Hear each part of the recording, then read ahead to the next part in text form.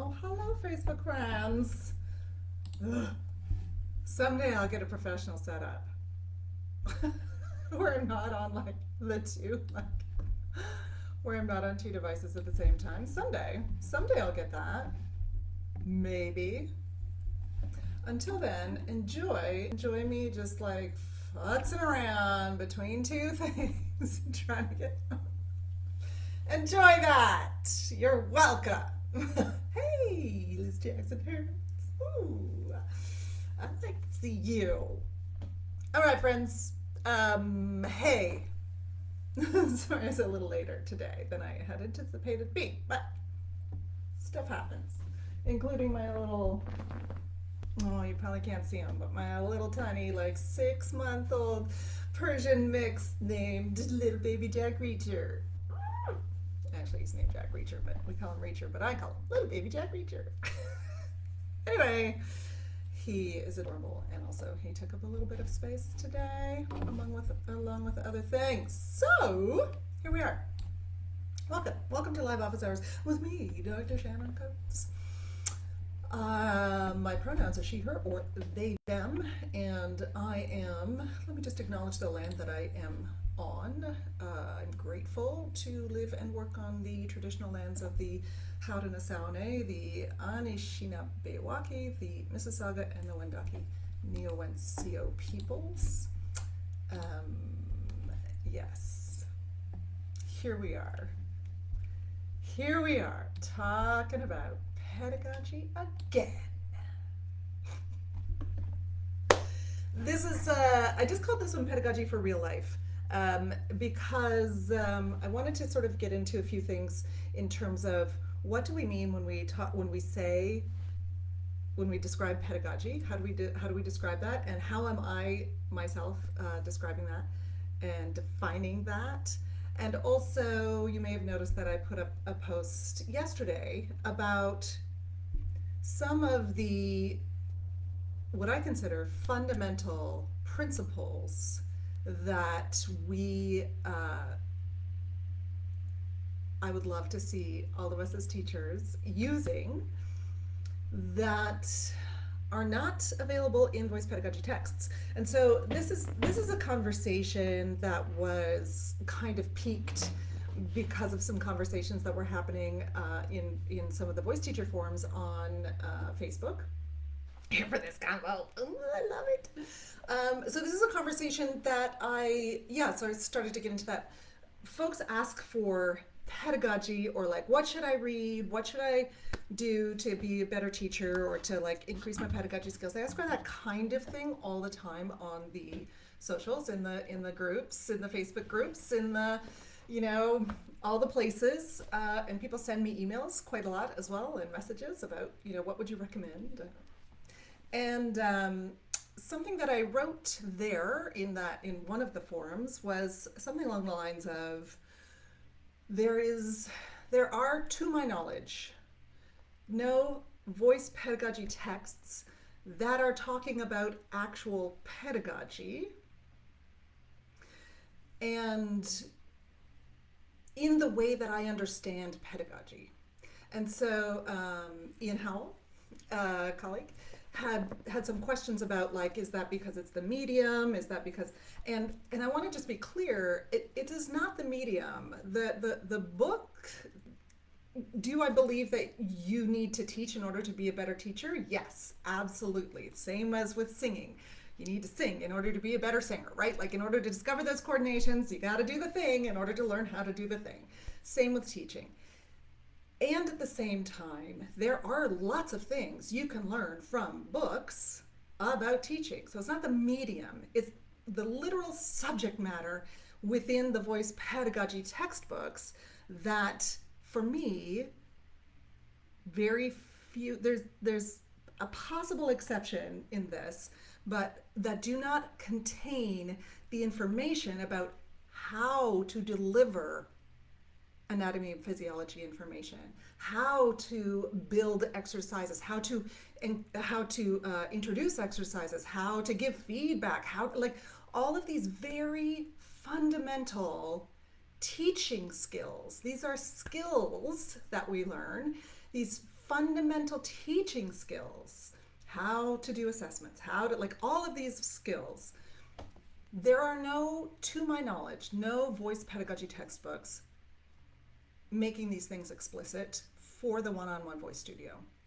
The one exception, I will say, is, sorry, my bookshelf is over here. I'm just looking. The Essentials of Core Singing. So Maribeth Dame's book that is edited by Cynthia Vaughn and Matthew Hoke. That book, to my mind, contains quite a few of the pedagogy principles, but also how we encounter learning in the voice studio and in a one-on-one situation especially, and how to implement some of these pedagogy principles. To my mind, it does not, it is not, what's the word? It is not clear enough. It's not systematic enough, that book, for me, in terms of being really clear around the breakdown of here's what we do and here's why and here's what the results are going to be. Like, it's just not clear enough for me. However, of all of the pedagogy, voice pedagogy textbooks I know, that is one of the ones that is the most, I think that is reaching the farthest toward articulating pedagogy principles and how they apply in the voice studio. Right. So how do I define pedagogy? Well, if we want to define pedagogy in the way that lots of folks in our industry are defining pedagogy, we can go to the Modern Singer Dictionary, which is pedagogy, a method of teaching. Yes, yes, a method of teaching. So that is a terrific definition and wide open. Yes, a method of teaching. And so the reason that I think that the vast majority of our voice pedagogy textbooks do not contain pedagogy per se is that they are not espousing necessarily a method of teaching, or if they are articulating a method of teaching, it is authoritarian, it is compliance-based, it is old school Western, top-down, I tell you what to do based. So if they are talking about how to teach, it's very much through this lens of this, thank you, Liz. Oh, I love you so much. It's very much through this lens of top down and very much not related, even if they say with their voice, yes, fix the faults, exactly. Let's find out what's wrong and let's fix it, right? It's very, even if they are saying this is student-led and we need to give students options, they might say that thing and then the next sentence says, tell the student what to do. Like, it's really, they're paying lip service and they are not actually giving us foundational pedagogy principles toward student-led learning. So let me talk about three places or three pedagogy principles that I work intentionally with voice teachers to start to develop. And let me tell you where I learned about those principles. So, like I said, we go outside of voice pedagogy circles in order to find these principles, yeah? And then the issue becomes, how do I actually apply this in the voice studio in one-on-one learning? Because many of the things that I've sort of put into these pedagogy principles for the teachers I work with in the VPUD, for example, or you can do one-on-one coaching with me. There's lots of different ways to work with me in that way. But when we have that, this information, even if I get that information and I understand that this is the way I want to teach, I'm not gonna say nothing, but there's very little out there that helps you to interpret this information for one-on-one teaching in the voice studio. So for directing choirs, or for working in small groups, or for being a music director of a show, or all of these different kinds of ways we show up for voice and to teach voice and to be an expert in the room, there is very little out there that is talking about how to do this. All of the things that we're looking at in other realms of education and working in other realms, there's very little out there that is making it explicit how to apply this in the voice studio and what this looks like in the voice studio.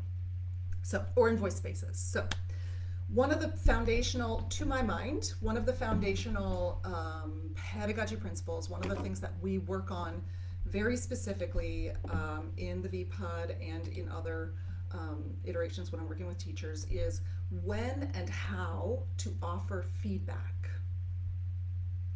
So there are so many different outside of voice pedagogy, there are so many different streams, industries, folks who are working toward the understanding of how do we support learner agency and how do we support learners understanding their own learning process and learning effectively through offering feedback.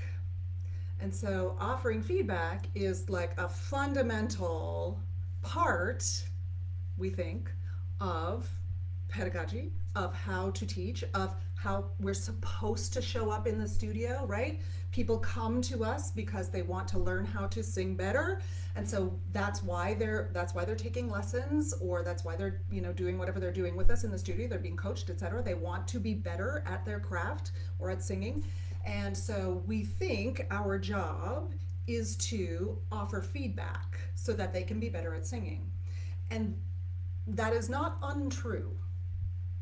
However, it really matters how and when we offer feedback. It really matters.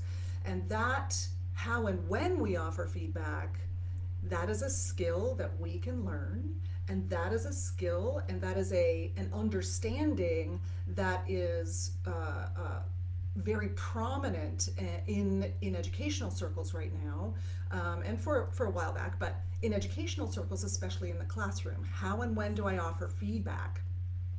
Yes, and also we tend to believe that I need to offer you feedback so that I can rectify a deficit, I can fix something that isn't, fix something that is wrong, I can correct a vocal fault, to take a very popular voice ped text. So we have this understanding of our role as needing to offer feedback. And the reason we need to offer feedback is because the singer has something that needs to be corrected, something that needs to be fixed, something that is a fault, yeah? And so we get into this role of offering feedback that is actually, we've got lots of studies shown in educational circles around offering feedback and how to offer feedback. And yes, and students also think that that's why they need feedback. Exactly. Students come in with that attitude, right? Or with that understanding about their singing, that they are there to get correction from you, the expert, on their singing process, right? So that's why they think, yes, absolutely. And we have lots and lots of studies in the educational field, especially. There are also studies in motivation fields, socio-psycho, blah, blah, blah, whatever the field is that's around motivation and learning. Lots of studies showing effective feedback that encourages student learning and student agency in the learning process is a skill that we can learn how to do. Giving effective feedback, it's a skill. And until we understand that, what that looks like in the voice studio, we will continue to give ineffective feedback that feels effective in the moment because it feels like we're doing the right thing, right? It feels like, oh yes, I'm telling you that that's amazing, or I'm telling you what you need to fix, and it feels like that's the thing that I'm supposed to do because that's part of my job, and also that's why the singer is here in the studio with me. Once we start to examine that philosophy and we marry that to some of the things, like I said, in perhaps some of the understanding around grading and assessment, some of the understanding we have about motivation, excuse me, and the two resources that I put into my post were Susan Bloom's Ungrading, she edited it, but Ungrading, and Alfie Cohn's Punished by Rewards. So those are two texts from the classroom education side of things that have incredible information around giving feedback and assessment and student agency, student-led learning, motivation, all of that. That is very exciting for me because I can see all of the ways that we apply this in the voice studio, and I love it. And also not meant to be, not geared toward being applied in the voice studio, but I love it because yes. So if you have a brain kind of like mine that's making all the connections and going like, oh, I can see how this could really work, read those books. They're fantastic. Again, go outside of our industry because no one in our industry is talking. There are no voice ped texts out there that are making this explicit, this foundational principle, that are making them this foundational principle about how and when to give effective feedback so that you are encouraging student agency. There are no voice ped texts out there that are doing that, have that information. If there are, I would love to see them. Yes, Sarah, it is coming. It is coming. The Coates voice ped text, it is coming.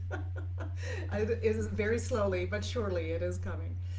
So the next pedagogy principle that does go along with feedback, that is very much married to feedback. I know, Lizarino. That's very much married to feedback, is the idea of when and how to draw attention to a coordination discovery without touching your student. So how to give directives so that singers are discovering coordinations, how to then build on those coordinations, how to sort of scaffold that learning, how to ask questions to draw attention to that new learning and then to build into that new learning.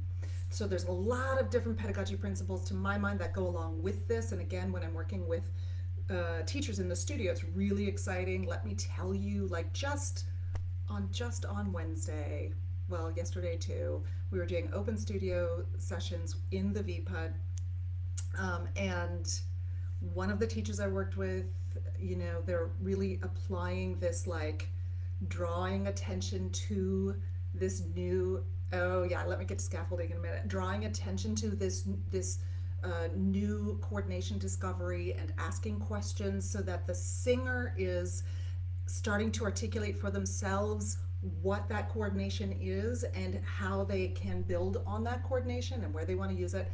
And I said to that teacher, what does it feel like to teach this way, where you are alongside the singer rather than in front of them? Like, what does it feel like to teach that way?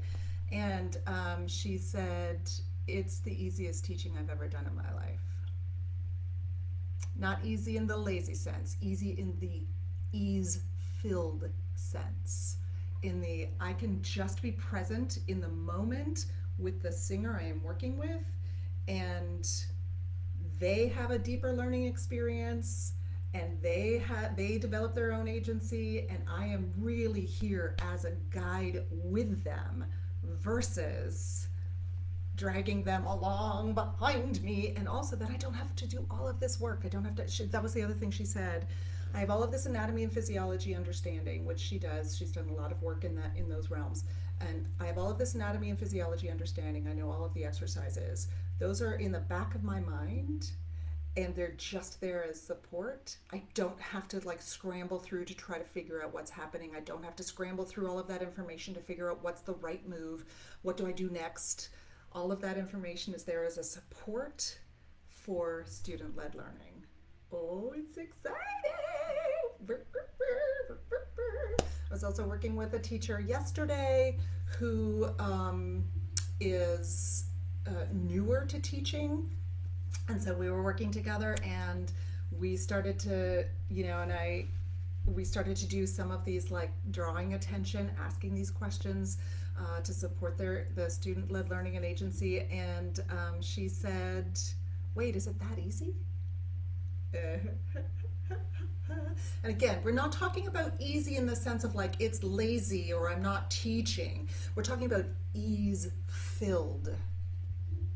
It's full of ease, this kind of teaching. I promise you, it is so good. It's full of ease. You can be fully present in the moment with the singers you are working with and not in your brain trying to like figure out, trying to Google all of the things you need to know in the back of your head so that you can help this singer, right? So the ideas around scaffolding is a thing where we build on the learning. So we discover a coordination. We discover a coordination. We draw attention to that coordination. We understand, and then we do that coordination in several different ways. Within we play around with that coordination. We talk about what it is. We play around with it, and then we take the next step where we say, where would you like to use this coordination in your repertoire? So what normally happens in a lesson? What do we normally do? We do a warm-up. A singer might discover a coordination in a warm-up, terrific, and then we forget all about it. And now we're gonna move on to repertoire. Right? So, scaffolding. Yeah. So, and that is a misunderstanding of what our role is in the studio. If we think that our role is to make sure that they learn X, Y, Z and they know X, Y, Z, we will miss entirely their actual learning process and we will discard learning all the time. We do this all the time. Oh, wow, they really discovered that mixed voice in that exercise. Great. And we leave it there. Or we say, great, do that at home 3 or 4 times. Scaffold it in the lesson. Build in the lesson. Get it in the body. Okay, and draw attention to what it is. What are some of the practices that have helped me to understand how to apply this in the voice studio, or that have really clarified that specific concept for me in the voice studio? Somatic experiencing, where I'm working with a therapist, a somatic person, online. They're not even touching my body. They can't even sometimes see my full body. And through them asking questions and asking, how do you know, and what's the next step for you, what does your body want, etc., I am changing physiology and coordinations. So that application into the voice studio is so powerful. Feldenkrais is also a wonderful, there are lots of body understandings and practices that I think coaching. Great coaching is this way. You work with a coach or a great therapist. Those kinds of practices where the coach and the therapist are there to walk with you and help you discover things, and their role in the studio, their role in that place is not to be the expert who tells you what to do next. Their role is to offer you options so you can discover, and then to help you to articulate what is working and what is not. Draw attention to it. That's their role. That is our role in the voice studio. Yeah. That is not being expressed in any voice ped text that I have read. Not one. Maybe a little bit in core singing. Again, if you've got a voice ped text that is expressing this explicitly, I would love to see that voice ped text. Here we go. The other foundational pedagogy principle that I am constantly working on with voice teachers, and again, that when they start to implement this in their teaching, yes, physical theater training, exactly, somatic, I know, right? There's so many cross applications, but also how do we start to use that language and those practices in the voice studio? That's the thing that is not being made explicit, to my mind, in our voice ped text. So how to incorporate student-led / discovery-based learning in the voice studio, and why. So we often hear about discover or play-based learning in the voice studio. I'm just realizing that I haven't looked over on Facebook to see comments. Oh yeah, good, no comments, fine. So often we will hear, especially in the realm of like working with children, right? So Nikki Loney does some fabulous play-based learning courses. If you ever interested, I will make sure that I actually link to her as well. Nikki does those. Nikki does some fabulous play-based learning work. And it's often so specific to working with children, right? But the principles of play-based learning is discovery learning. It is discovery. So when we are in a place of discovery, exploration, play-based learning in any learning environment, motivation kicks up 1,000 notches.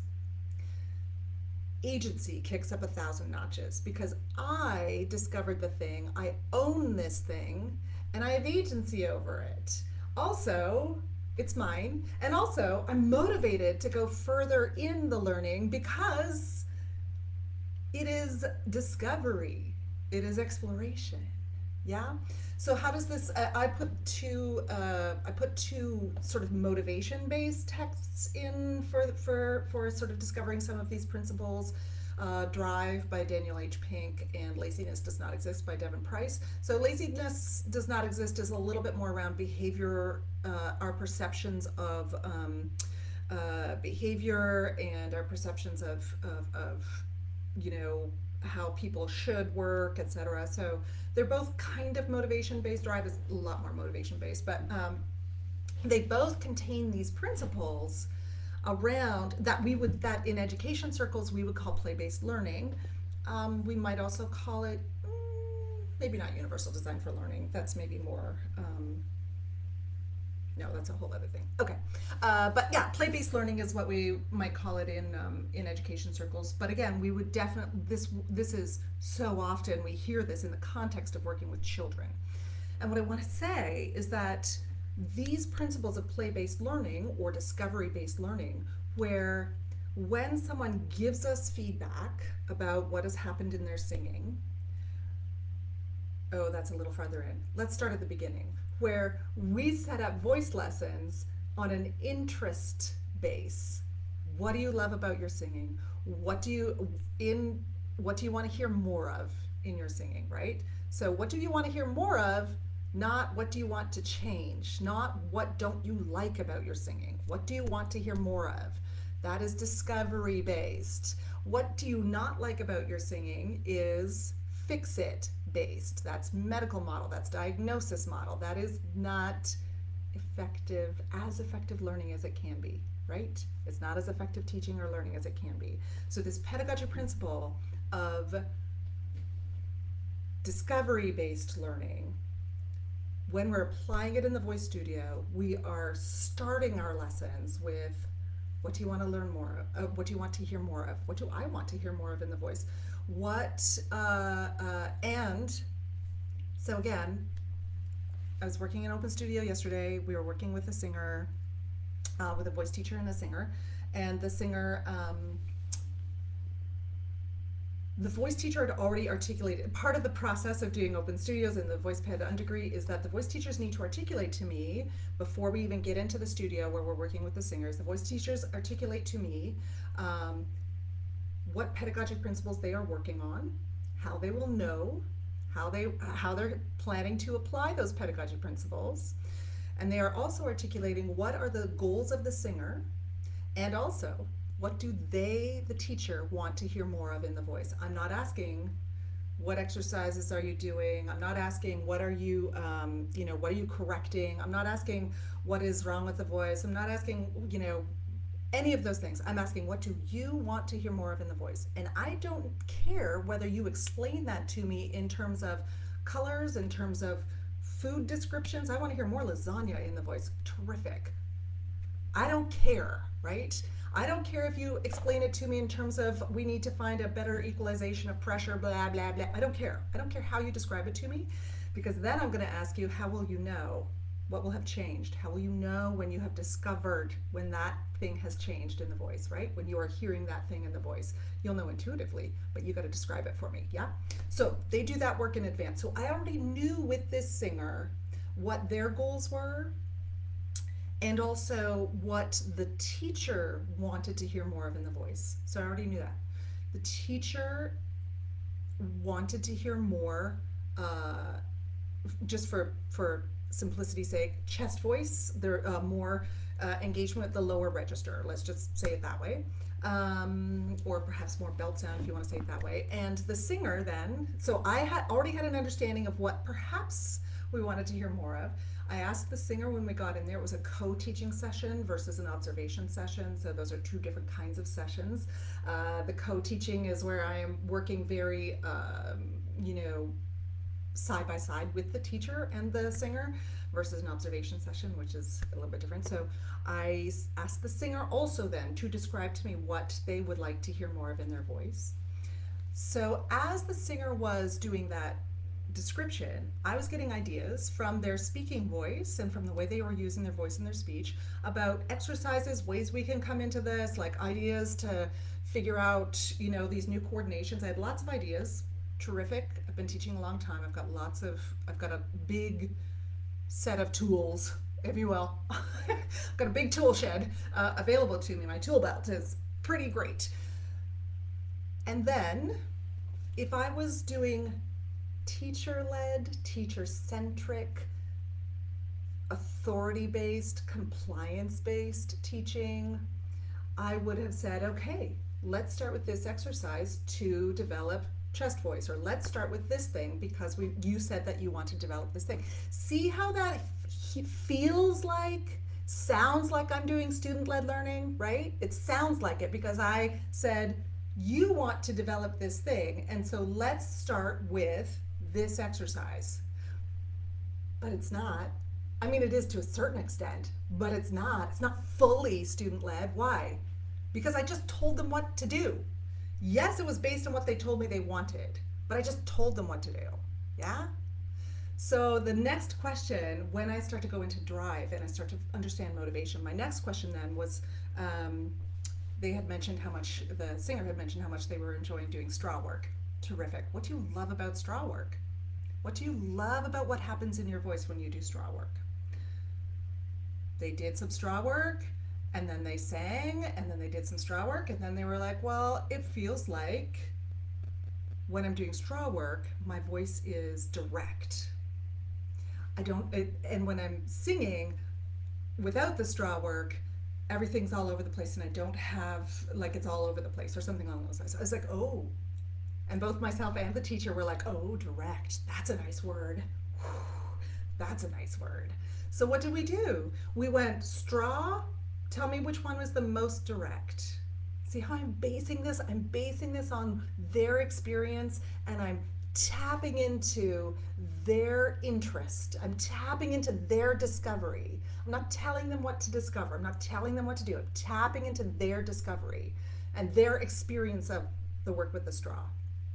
Could I have told them why it feels more direct? Of course. Could I? Well, in my case, yes. Yes. Could I have told them why it feels more stable when they're singing into the straw? Yes. Could I have told them what? Of course. I could tell them all of the technical things from here until the end of time. Is that the student-led directed learning? No. No, it's not. That's me sitting up here on my pedestal and giving you a voice ped lesson. Might they be interested in it? Of course. Is there a time and a place to describe all of that? Of course. In the middle of the learning? No. Stop that. So we bring attention to it, and I say, this is now when you move off of the straw. Here's the scaffolding. When you move off of the straw, sing as if you are still using the straw, and use the gesture that you were just using with the straw, and tell me which one is the most direct. Building on her feedback, I'm doing the scaffolding. So then she sings into the straw, she does the most direct, and then we moved into some vowels, and then we moved into some of her own music and all of that stuff. Just continuing to ask and build on her discovery. She discovered when she was working with the straw that her voice felt direct. Tell me which one is the most direct. Ooh, how does that feel? How do you know that that's the most direct? How can you get back to the most direct? Which one is the most direct? So what happened? Yeah, stop that. So what happened? Did we work on chest voice exercises? No. Did we work on mixing exercises? Nope. Did we work on like, hey, no, we didn't do any of the exercises that I know could have worked, could have got her to the point of finding the mix that she was looking for and finding, finding more, intensity in the sound. Yes, we could have done all of those things. We didn't do those things. We built on her discovery. We scaffolded her discovery using judicious use of feedback, as well as drawing attention to her sensations and experience. Yeah? And then we got to the end of the lesson, or the end of my time in the lesson anyway, and what happened? She had found a very rich, full, direct way of using her voice that she hadn't had before. Did it involve more chest voice? Perhaps. Depends on how you want to describe chest voice or how you're talking about chest voice. If you were describing the sound externally, you might say it was more chesty. You might say there was more TA engagement. There was a different level of pressurization and a different shaping, for sure, and a different use of the breath, for sure. There were lots of things like that. Was it more chest voice? Sure, if you want to describe it that way. But did we do chest voice exercises? No. Did we do any of the exercises that I was thinking about in the back of my head when she was describing to me what she wanted more of in her singing voice? Nope. We built the exercises on her discovery. So what does that mean? That means that we tapped into her learning, we tapped into her discovery.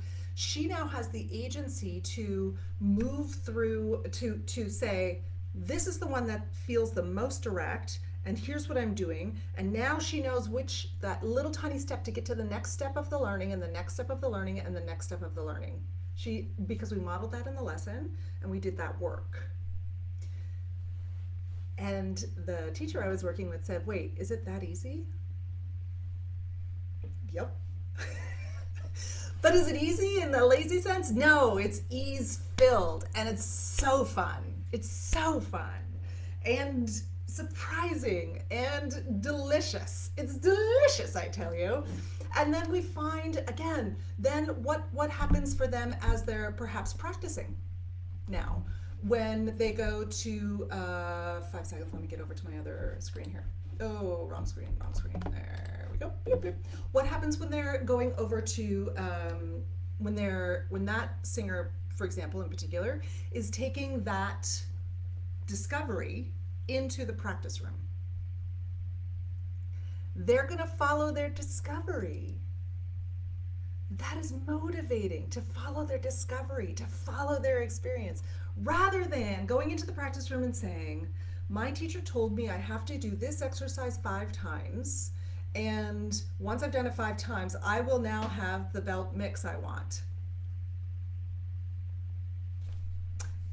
That's the difference between the kind of pedagogy that is understood and expressed in the voice pedagogy texts that we have currently, and the way that we can apply these fundamental voice pedagogy principles in the one-on-one voice studio that I am currently taking out of other streams: education, motivation, how we learn, neuroscience, blah blah blah, all of these other streams. So all of these somatic experiencing, coaching, therapy, all of these other streams.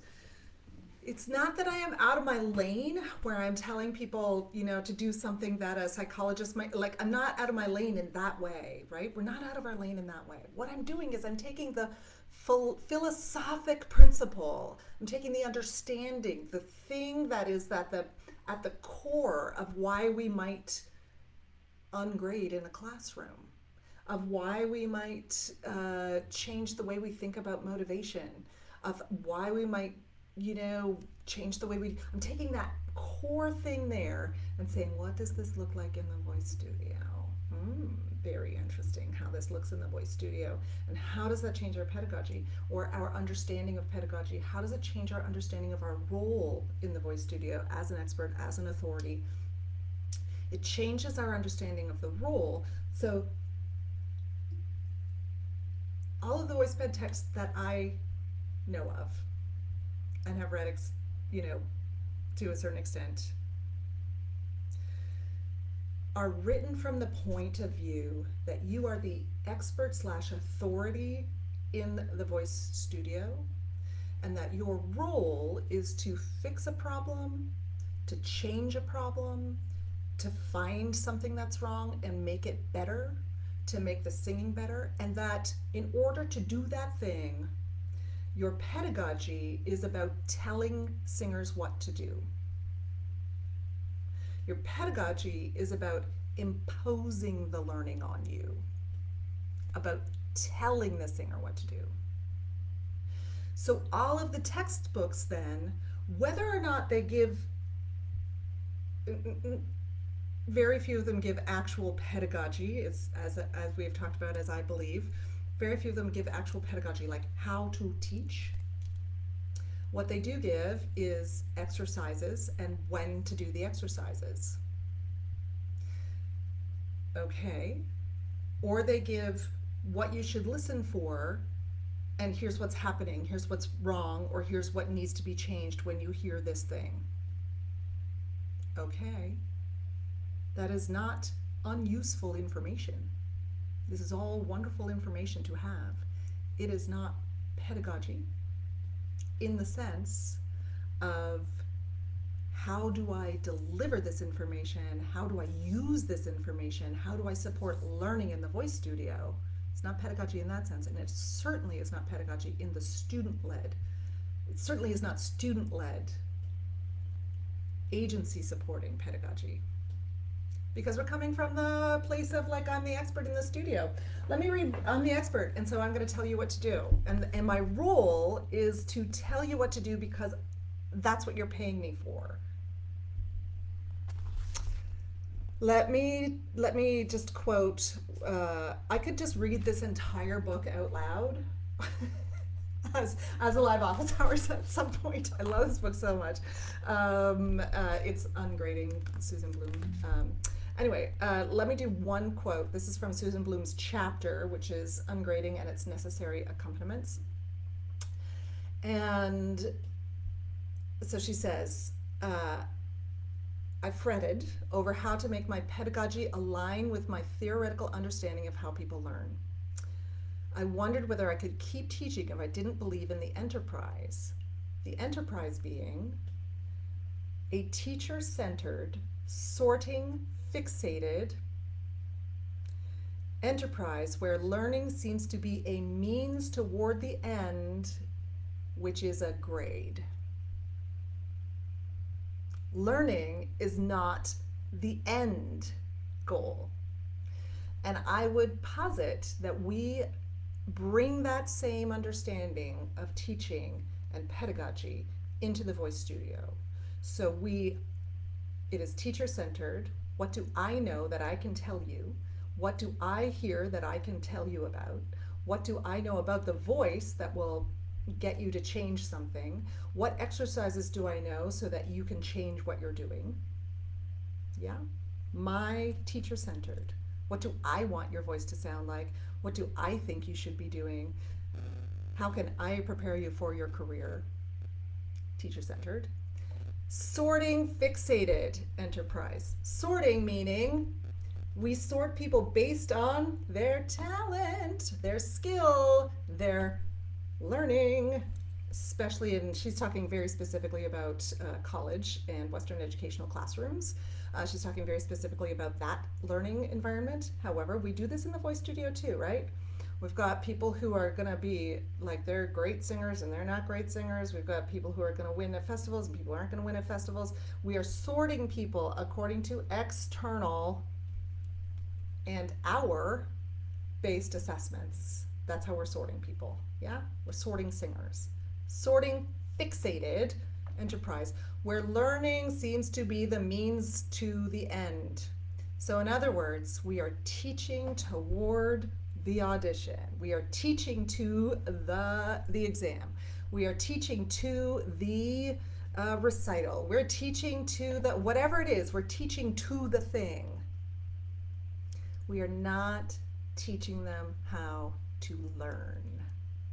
And the learning, we judge their learning by whether or not they accomplish the end goal, the assessment, whatever that assessment is, right? And that means that we miss a lot of these pedagogy principles. So, yes, I will leave it there. Think about your pedagogy. Think about how you define pedagogy. Take a look at some of the pedagogy textbooks you've got, if you've got some in a coaching directing context. Say more, Sarah, sorry. Can I talk about learning being the means to an end versus the actual end? Is that what you mean? I'll just wait a sec.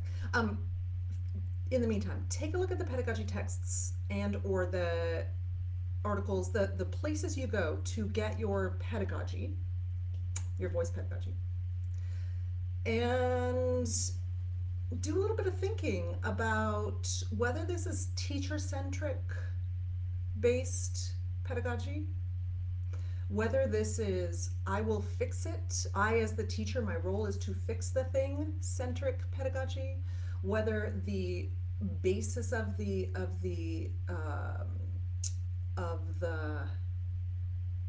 whether the assumption in the writing is that you are the expert who is going to tell the singers what to do.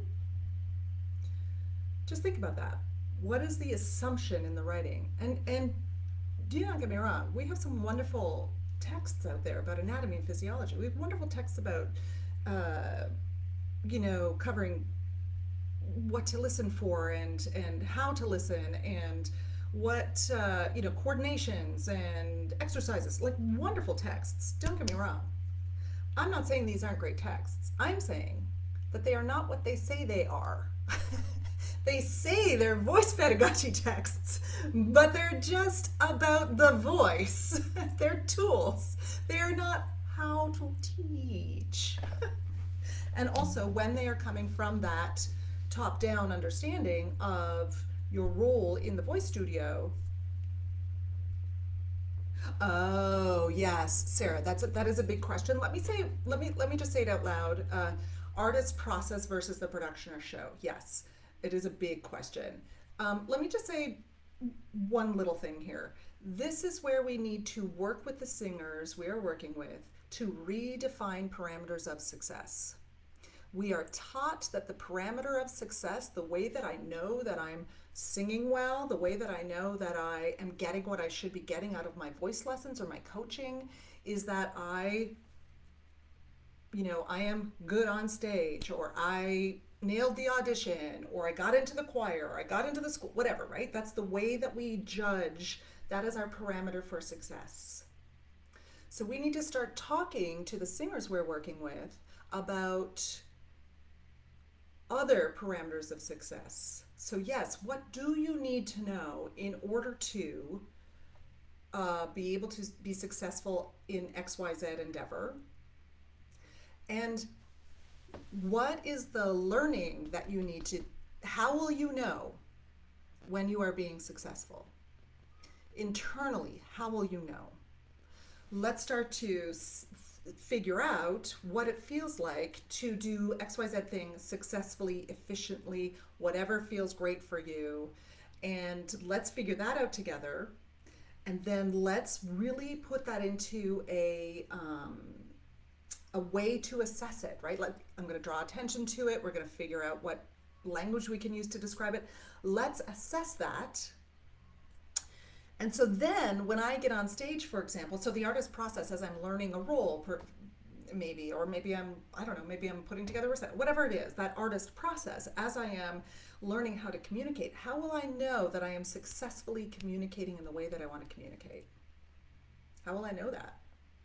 And if all of those success parameters are based on someone in the audience told me, the director told me it was good, my voice teacher told me it was good, my coach told me I did a good job, if all of those are the parameters for success, you are not learning yet. You are learning to external, right? Learning is the means to an end.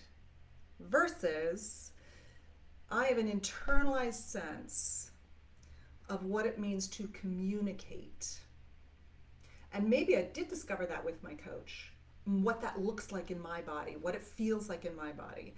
I have an internalized and also described understanding of what it means to communicate in XYZ way or use my voice in XYZ way.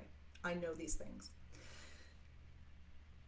And then I start to be able to go into auditions, go into performance, prepare for performances with these internalized senses of assessment and success. That is learning. That's learning. Where I understand where I am in the journey. I understand what I need to do next in order to get farther in the journey. And I know what those parameters look like, sound like, feel like in my own body. And then I am not reliant on the test to tell me whether or not I was successful. I'm not reliant on my voice teacher to tell me whether or not it was successful. We set up singers to rely on our opinion for their success, right? So that is a different thing than setting up singers to learn. Hopefully that's enough of just to get you thinking. For now. Maybe I'll do a live office hours on that at some point. At some point I should maybe write some blogs too, eh? Oh gosh. Maybe I'll just write a book. Oh wait, I am. Okay, I'll talk to you later. Have a great weekend. Like I said, my thought for you is to just take a critical look at the pedagogy texts that you rely on or the sources of pedagogy that you rely on. Just take a critical look at that and see. If the sources of pedagogy that you rely on have learning outcomes, you may not be in a course, curriculum, etc. that is entirely student-led. I should do a post about red flags. Learning outcomes is a red flag. I'm just gonna drop that there. Way you go. Have fun. Bye. Have fun with learning outcomes being a red flag. Woo!